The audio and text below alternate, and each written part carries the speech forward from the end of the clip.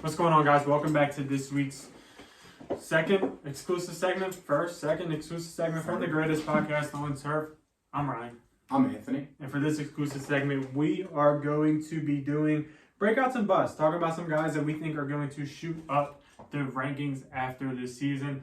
Potential guys that are going to be, second, third round picks next season. Guys like Jamar Chase, guys like Deebo Samuel, who are going to pop out of nowhere and be studs. Then we're also going to be talking about the busts of the world. I'm talking about the Antonio Gibsons of the world.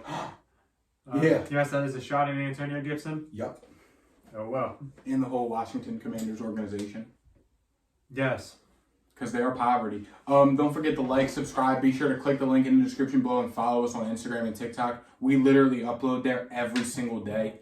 No matter if we upload or not. We upload to our Instagram now and our TikTok now every single day. I don't know. I look like I just saw something like falling on the camera from the ceiling.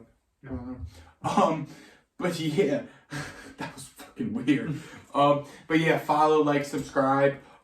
Be sure to check out all of our other content real quick, and also check out our sponsor of every single upload we make, My Family's Business, Little Italy Pizzeria. 2 locations in the state of Delaware. One of those is in Middletown, Delaware. The other one of those is in Townsend, Delaware. It is a great family business with great food, great people, great prices. So be sure to check that out. The link to their website is in the description. If you go in and show proof you're subscribed or say the greatest podcast on turf sent you, you're going to get a big discount on your meal, especially if I'm there. So be sure to check out our sponsor, Little Italy Pizzeria. And without further ado, however we say it, who's your first breakout? Now, this guy is going to cost you a decent penny. He is drafted in the end of the second, start of the third round.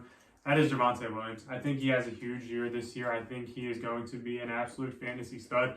Granted, is Melvin Gordon still there to piss you off? Yes. Probably. Do I think Melvin Gordon's good? No. Am I worried about Melvin Gordon? No. Not really. I think Javonte Williams is going to take the more dominant role this season. I think Melvin Gordon isn't even going to be a 1B anymore. I think he's going to be a 2. I think Javonte Williams is going to separate himself from Melvin Gordon and show why they drafted him. With a new quarterback with Russell Wilson, you should have an offense that's going to score a lot more points, which means a lot more fantasy points, which means more red zone attempts, which means better touches. Sometimes touches isn't the greatest thing. A shit ton of touches isn't better than great touches. Sometimes it's different like that. Javonte Williams, I think, is going to be a stud this year. He is a guy that you want to look out for. He is going in the range of like a Saquon Barkley, Leonard Fournette. Would I rather have a Leonard Fournette? Probably yes. Would I rather have a Saquon Barkley? It's tough. I think Saquon Barkley, if he stays healthy all season, he probably will finish higher than Javonte Williams, if we're being honest. Does Saquon Barkley stay healthy all season? That's the risk that you kind of have to take. If you're drafting Christian McCaffrey, say you drafted Christian McCaffrey and you're on the back end, and here comes Javonte Williams or Saquon, do you want the safe option, or do you want to just completely roll the dice and go with Saquon too? That's kind of your call. That's kind of how much you want to risk it. Do I think that if you draft Christian McCaffrey and Saquon Barkley, one of them will get hurt for a decent period of time? Yeah. It's just how the odds are. It's just a matter of when they get hurt and how long. But I think Javonte Williams will be a stud this year. I think he finishes inside the top 10, top 12. He will give you RB1 numbers. That's really where he's being drafted, though, if we're being honest. I think, as the player himself, as Javonte Williams himself, I think he will be a stud. And I think that if you're in your home league with your family or friends, they might be sleeping on Javonte Williams a little bit. So just keep an eye out for him. Yeah, and if you've been following us through our fantasy football content for about the past month or so, you guys know I'm very high on this guy. My first fantasy football breakout this year, you could even argue it was last year, but I think this guy really takes a big leap up. Michael Pittman Jr. of the Indianapolis Colts. Michael Pittman's been in the league. This is going to be his 3rd season, and he's finally got the best quarterback he's ever had in Matt Ryan. If he sucked his rookie year, Phillip Rivers was terrible. Then last year he was pretty good with Carson Wentz. But they have a guy, Matt Ryan, who's going to go out there and be the field general they need him to be. They're going to be able to set up the deep shots to Michael Pittman Jr. with the run game from Jonathan Taylor. And with how good Jonathan Taylor was last year, I think that that's going to help take Michael Pittman's game to the next level. We all know what Matt Ryan can do when he has good receivers. We saw how good Julio Jones was. Julio, in his time in Atlanta, at the beginning and middle of his career, solidified himself as a top 5, top 10 receiver of all time.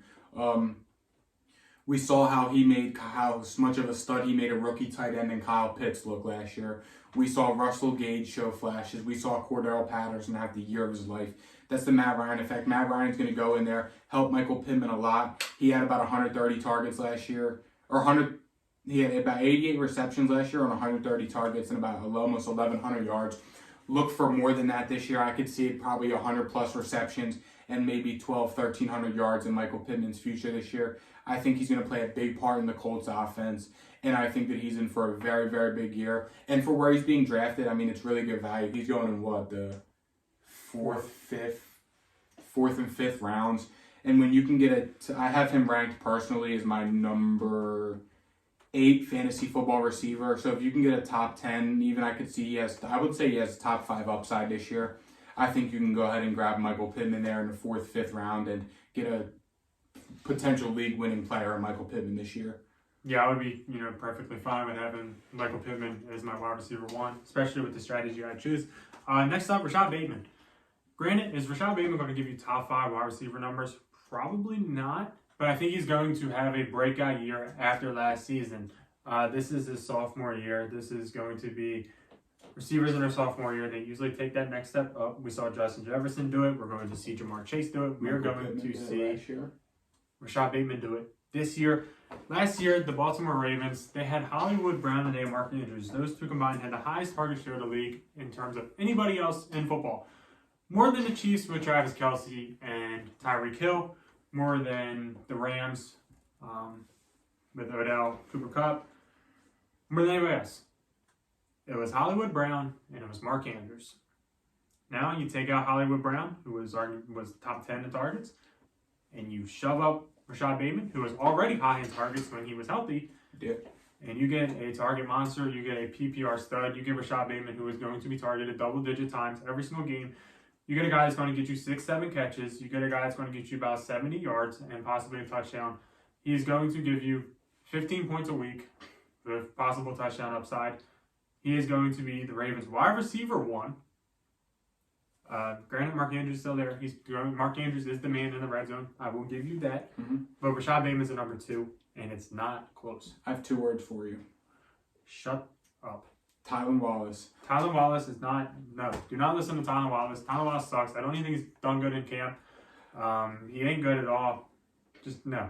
Next up. I didn't even finish. Oh, my bad. I thought Would you stop giving... Well, I'm excited. Tylan Wallace. Nobody gives a hoover damn about Tylan Wallace. I'm excited about Tylan Wallace. Did you hear about your other sleeper, Kenny Galladay?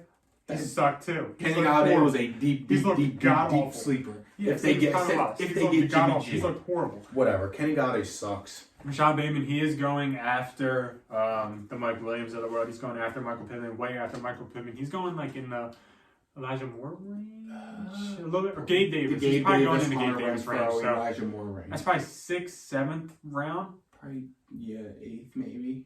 Hunter Renfrow. If Rashad Bateman's there in 8th, you have to take him, no matter what. If he's there in the 7th, I can still take him. If he's there in the end of the 6th, I'm still taking him. If he's there at the start of the 6th, I would consider it based on what else is on the board. I like Rashad Bateman this year, especially if you're in a PPR. Go get Rashad Bateman. He is going to be a target hog. Next up, a guy who I'm very high on this year, Cole Kmet.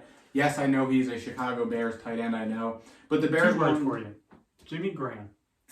Maybe 150 years ago. Maybe. I think he retired now anyway. Did he? The Bears won 2 of their last 3 games, surprisingly, and Cole Kmet was a big part of that. He saw about 5 targets in each game. Cole Kmet finished last year with 93 targets. If you look at the game logs last year, as Justin Fields came in and was the clear-cut starter, Cole Kmet's targets were a lot. 7, 5, 9, 5, 5, 5.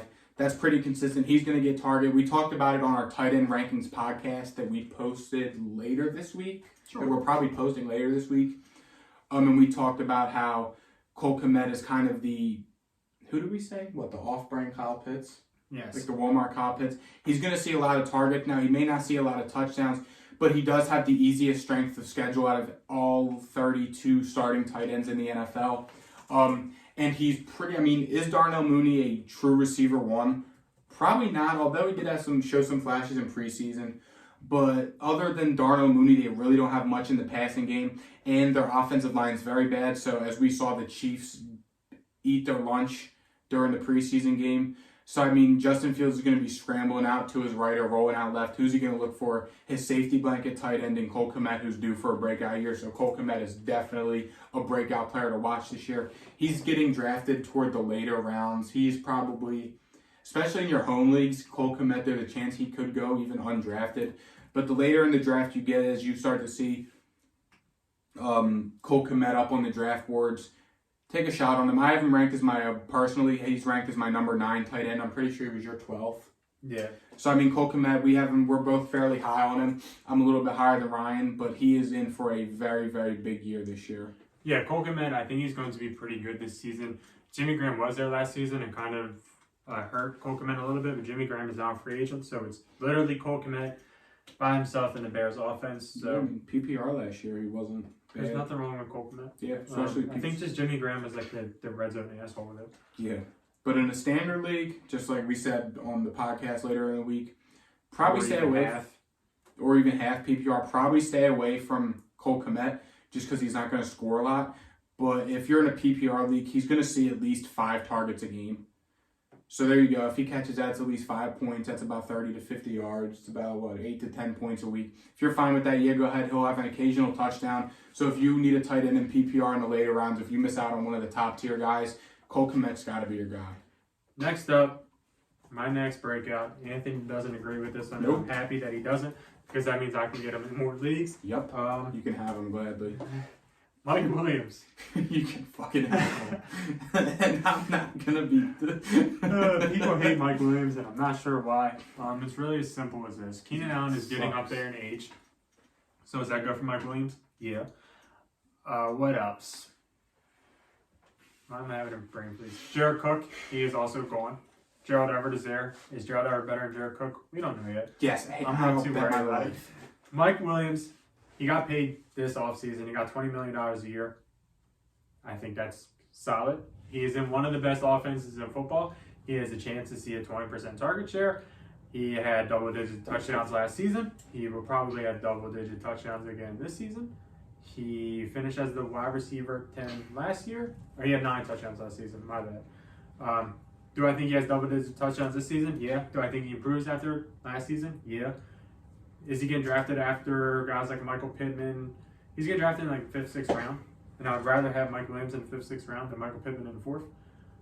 Ideally, Mike Williams in the 5th, Rashad Bateman in the 7th, and that's my squad. Mike Williams can pay $20 million a year. Follow the money, now will bring you fantasy success. If they pay him money, unless they're name's forcing Kenny him off the Galladay. ball. Kenny Galladay just sucks at football. He's what? He's what, better than Mike Williams? Stop it. Mike Williams had a 21% target share last year. The Chargers' offense is only getting better with Justin Herbert getting better. 20% of the offense goes to Mike Williams. 20% of the top 5 offensive football goes to this man right here, Mike Williams. Who is the red zone threat in the Chargers? Mike Williams. Who is going to be a standard stud this year? Mike Williams. PPR takes a little bit of a hit because he's not getting you 7, 8 catches a game, but he will get you 5 good ones. I can promise you that. Standard. If you're in a standard league, go after Mike Williams and Mike Evans. Go after the Mikes. Trust me. They get touchdowns. And that's what you need. This next guy is probably the biggest, has the highest potential on this list. Ramandre Stevenson for my New England Patriots. League winner. Now, Ramandre Stevenson, I'm not even going to count Miami week 1 because he only had 1 rushing attempt, but he only played 1, 2, 3, 4, 5, 6, 7, 8. He played in 11 games last year and saw 133 total rushing attempts through those, 11 games? Yeah. He saw 133 rushing attempts through 11 games. That's 12 touches a game for my non-math guys out there. That's splitting touches with Damien Harris. The Patriots are notorious for just running through running backs and making them succeed. We saw them do it with Sony Michel last year. Sony Michel was on a contract year. 2nd, 3rd week of the preseason came around. They traded Sony Michel. Then it was the Damien Harris show. The Patriots have not 100% ruled out a Damien Harris trade, similar to what we saw them do to Sony Michel last year. They have Ramandre Stevenson for a reason. Even if they do keep Damien Harris this year, Ramandre Stevenson has been the Patriots' primary pass-catching back, especially now that James White retired. Yeah, we have J.J. Taylor, sure, but he's more of a special teams guy. And yeah, we drafted the guy from South Dakota State. But come on, Ramandre Stevenson, Oklahoma Sooner legend. He's going to be fine this year. He finished through 11 games. He had 600 rushing yards with 5 touchdowns. And he had 18 targets in the passing game, and I could see that doubling, tripling this year with the way the Patriots do on offense. Ramandre Stevenson, like Ryan said, he's a league winner who's going in the 12th round? 10th. It's steadily increasing. Steadily increasing, sure, but as of right, if your draft was today, tomorrow, or sometime this week, he's going in the 11th, 12th round range. Ramandre Stevenson has league winning upside, and like as Ryan said on, what was it? This week's first episode mock draft, Ramandre Stevenson will probably take over this Patriots running back room as the starter by week 5, week 6, by some point right before the middle of the season. Next up, we got the bust section. This is my favorite section because I'm a hater. You are a hating bitch. Respectfully. I'm going to hate on all of these guys. First up, Breece Hall. Thank you. Do rookie running backs have success towards the end of the season? Yeah. Does Breece Hall have a chance to be really successful at the end of the season? Yeah, hell yeah, he does. I think he can have the same success as a Ramandre Stevenson come the end of the season. He could be a potential league winner come the very end of the season, come weeks 10, even 12 to 17. This dude Breece Hall can be a stud. But I'm telling you this right now, when it comes to weeks 1 to 10, no. Breece Hall is not going to be worth it on your fantasy football team. Breece Hall is getting drafted in the 4th round. I mean, I don't love that. I actually hate it, if we're being completely honest. If I am going to buy a player that can potentially be a stud come weeks 12, I'm going to wait. I'm not going to draft him 4th round when I could draft other guys such as, I mean, hell, I'd rather have Josh Jacobs. I know. I know. But Josh Jacobs is at least going to give me 10 points every week until week 12. You're really into this right now. You're going in. But Breece Hall will not. I agree. What is the plan to get Breece Hall? If you're into Breece Hall and you love that dude, don't draft him. Trade for him. Because I promise you, somebody will draft him in the 4th round because they'll look at the paper and be like, ADP of 4 and he's here in the 5th. Yeah, let's get him. And then come week 7, and when he's only putting up 6, 7 points a game, split it with Michael Carter, there's going to be one mad son of a bitch. And how do you get Breece Hall? You wait until the owner is mad, and then you trade for him. Then you trade him for Julio Jones, and yes, all's right in the world. You lowball. You send a player that's decent, that has had a couple good games. If you want to send a Damien Harris who's going to be an RB2 by then, they'll probably buy it. And then Breece Hall could potentially finish out the league for you. Yeah. But I'm telling you right now, weeks 1 to 10, Breece Hall is not going to be worth starting. He definitely ain't going to be worth that 4th round pick. I need you to keep that up. Here we go. All right, cool. My first bust this year is picking up right where I left off about Ramandre Stevenson. Damien Harris. Damien Harris, he's going in about the 6th round. End of the 6th, start of the 7th. The 6th round, start of the 7th round. Pat's taking calls for him 6 days ago. Patriots have been taking trade calls for Damien Harris, which is good because even if the Patriots do keep him, Ramandre is going to take over. If he goes away somewhere, we don't know what situation he's going to go into. Maybe he'll go get traded for a 5th round pick and go be the backup somewhere like the Patriots did with Sony Michel last year.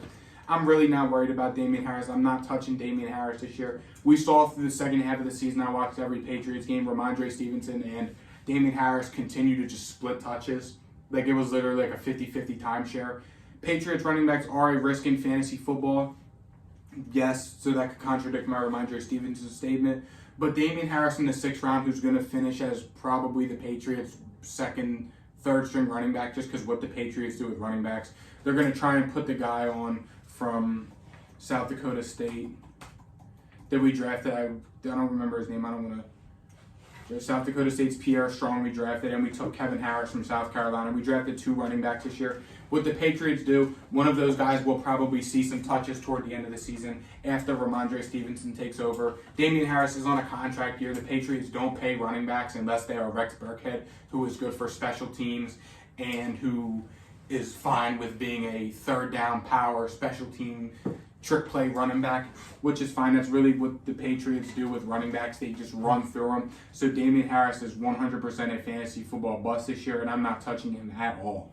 Next up, another guy that I'm absolutely not touching at all. It is Antonio Gibson. Antonio Gibson is going around the 5th round.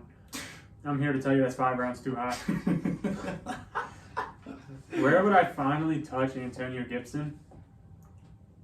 Being dead ass, it's round 10. Yeah. I'd rather have Damien Pierce. I'm not drafting Antonio Gibson at all. Antonio Gibson, preseason matters, right? I mean, I fumbled. First time he got the ball, he fumbled. And then they benched him for Robinson. And then they brought him back out when the backups were in. If that's not like a clear-cut signal that Antonio Gibson is going to be benched this season, I don't know what is. If you draft Antonio Gibson, for the love of God, draft Brian Robinson. Yeah.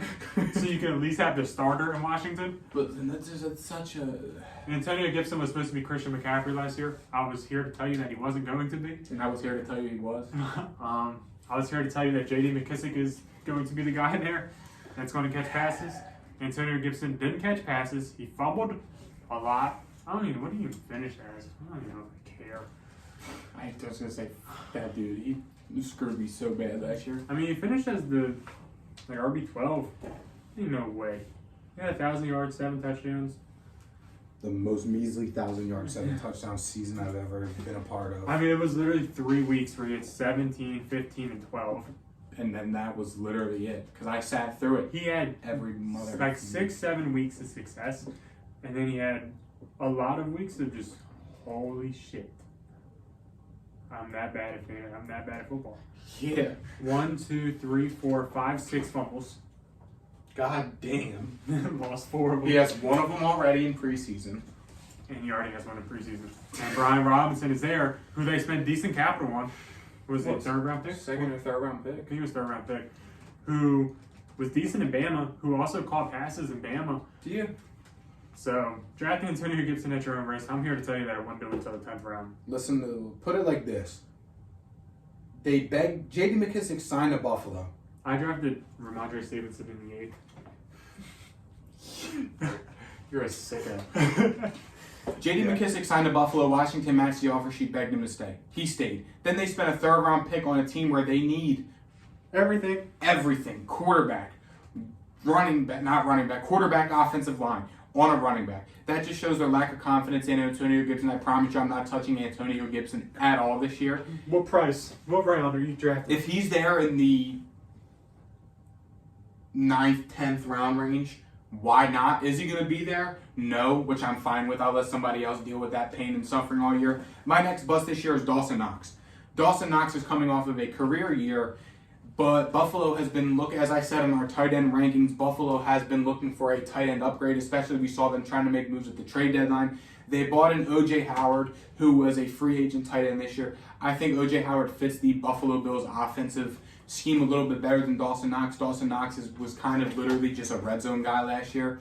He caught 9 touchdowns. I think he had, 500 yards? Probably. 587 yards with 9 touchdowns last year. Standard, great. You got 9 touchdowns out of it. PPR, no. O.J. Howard is a guy who can come in and be a PPR monster. He is much more athletic than Dawson Knox. He may not be able to block as well, but he is a big body. He can go up, make a big catch. I think they bought O.J. Howard in for a reason to take Dawson Knox's spot. Dawson Knox will be a pretty good tight end, too, for the team, coming on run-heavy packages. But Dawson Knox is being rated in the middle range. He's about most people's tight end 9 right now. He's my tight end 12. I'm not touching Dawson Knox. If I leave fantasy football drafts, any of my fantasy drafts with Dawson Knox as my tight end 1, I'm not going to be happy. Next up, my last bust. This guy isn't as bad as the other 2, but he's kind of close to him. It's David Montgomery. David Montgomery, he didn't play in the first game of preseason, which is a good sign for his outlook. Khalil Herbert played every single snap with the starters. That's because David Montgomery didn't play. So I'm here to tell you that if David Montgomery, happens to get hurt, Khalil Herbert is somebody that you want to have because he will be the workhorse for the Chicago Bears. Do I think that Khalil Herbert can interfere with David Montgomery and carve out some of his touches? Yes, that is one of the reasons that I am against David Montgomery this season. David Montgomery had a great season in 2020. He was 6th in standard, 4th in PPR. Just this last season, he was not very good. He averaged 3.7 yards per carry. I'm not sure that gets any better, if we're being honest. The team itself probably got worse, I would say. They definitely didn't get better. They lost Allen Robinson. Didn't they lose a lineman too? James Daniels, I think, to Pittsburgh. He was the best lineman. Yeah, so they literally have no linemen. Their offensive line is Fucking bad. bottom 5, and that might be being generous. Let's see. Their offensive line is probably one of the worst in football. Let's pull up the Bears starting offense. They have no type of receiver that's going to require double coverage or some type of attention. Like, even in the red zone, they have nobody that's going to be like, holy shit, we need to go cover that dude. Riley Rife is their starting left tackle, 150 years old. Cody Whitehair is their starting left guard. Lucas Patrick is their starting center. Michael Schofield, the guy from Prison Break, is their starting right guard. And Tevin Jenkins is their starting right tackle. So that tells you this. The Chicago Bears have a horrible offensive line. David Montgomery isn't going to be good this season. Khalil Herbert's going to carve out some touches. It's probably going to be a committee. He is definitely not worth that 4th round draft pick. No. I'm probably signing with Josh Jacobs again, for being honest. Yeah. I mean, holy hell, I hate Start starting bench Josh cut. Jacobs. Josh all the time. Jacobs, Antonio Gibson, or David Montgomery. Starting Josh Jacobs. I'm benching Bayman. I'm cutting Antonio Gibson. Couldn't agree with you more, buddy. But yeah, that dreaded RB range is something that you want to look at. That dreaded RB range is real. We are not joking. Yeah. It is real. So And my final bust this year, DK Metcalf. Drew Lock, aired it out to him. Listen. I'm listening. All right, look at it like this. DK Metcalf, I feel as though he's an extremely touchdown-dependent wide receiver. Correct me if I'm wrong. I would say he's a big play wide receiver. Big play wide receiver, big touchdown wide receiver. I'm not sure exactly what games Russell Wilson did or did not play in last year. But I'm looking at it now. What weeks did he miss? I'll Google it. I was going to say. And then we can... While you're talking shit about DK. The Seattle Seahawks don't have a quarterback. I don't care if it's Drew Lock or Geno Smith. DK Metcalf is not going to have as nearly even close to an amount of much success as he did with Russell Wilson as his quarterback. Yes, I don't know who's going to be the starter. It looks like there's a real battle going on in Seattle. If it is Drew Lock, yeah, there is that deep play, big play upside, maybe one a game. But DK Metcalf is big play reliant, and I don't want any parts of the Seattle Seahawks offense this year. He played 14 games, so he only missed 3. Okay. He was just banged up, but he sucked on all of them. Yeah, just terrible last year. I mean, yeah, I'm really not buying into DK Metcalf, or I really truly don't want any parts of the Seattle Seahawks offense this year. Do you have the mock draft pulled up still? Yeah. Where's he going? Where's DK Metcalf going? I think you're a little low. I'm looking for him. Oh, there he is. There he is. Okay, so Start of the 5th. Start of the 5th round. Okay, I would probably rather have every single wide receiver drafted after him. Even Mike? Even Mike Williams. But, I mean, give me Jerry Jeudy, Hollywood. No, I'm taking DK over Jerry. Give me Allen so Robinson over him. Give me Michael Thomas. Give me Brandon Cooks. Give me Amon-Ra. Give me Rashad Bateman. Chris Godwin. All over DK Metcalf this year. I think Seattle's defense is going to be atrocious. I think the Seattle Seahawks are a bottom team in the NFL this year just because lack of quarterback play. They still don't have much going on the offensive line. Their defense really isn't all that to be fond about. They did just bring in J.J. Arcega-Whiteside from Philly yesterday when we record this. I'm not sure when it'll be when this comes out. But yeah, DK Metcalf, I'm staying away from him this year and anybody on the Seattle Seahawks offense except maybe like a Rashad Penny. Yeah, that's fair. Anybody else? Anything else you want to touch on before we wrap it up? Any like sleeper breakouts? Isaiah, that was his last name? Pacheco from Kansas City. Pacheco. Yeah. Damian Pierce. Brian Robinson. Brian Robinson Jr., Washington Commander. Washington Commander stud. Gerald Everett. Gerald Everett. You heard it here first. Gerald Everett. Mike Williams. Hunter Renfrow. Brandon Ayuk. Elijah Moore. I'm not doing that again. Elijah Moore. Listen, hear me out. I'm not fucking doing it again now. Listen. No, I'm not listening. I'll be that guy. I'm not listening. Listen. Am I probably wrong? Hell yeah. Am I kind of brought in a little? No. Yeah, I am. I mean, Get the fuck the out. price tag's a little high because of whatever. They got him or Hunter Renfrow. Hunter Renfrow. But if Brandon Ayuk happened to fall to this Chase Claypool, Kadarius Toney range. Yeah. How much is that saying? I mean, could lead team in catches and yards. Thanks. They said the same thing last year, and he didn't start for the first 6 fucking weeks. I mean, like, It was embarrassing as a Brandon Ayuk. him and Trey Lance though are just different. Listen, they're and just, you they're just different. traded Brandon Ayuk for Cooper. You traded Cooper Kupp for Brandon Ayuk. So you of all Yeah, but people there's should more. hate I that got mother. Kareem Hunt too, Yeah, and then I ended up with fucking Kareem Hunt. and I ended up with Jamar Chase and Justin Jefferson. So it all And worked out Jonathan in the end. Taylor. It all worked out in the end. Okay, That was the worst trade in fantasy history. but Brandon Ayuk Jonathan Taylor and Jamar Chase for Keenan Allen. Keenan Allen, Kareem Hunt, and Antonio Brown. And I ended up back with Antonio Brown. But you got James Conner out of it, so I did. And I also had we T. literally Higgins. just traded too much. Yeah. Me and you did trade a lot last year before the season started. Brandon Ayuk, No, I'll pass on Potential. Brandon Ayuk. Nope. he has upside, Nope.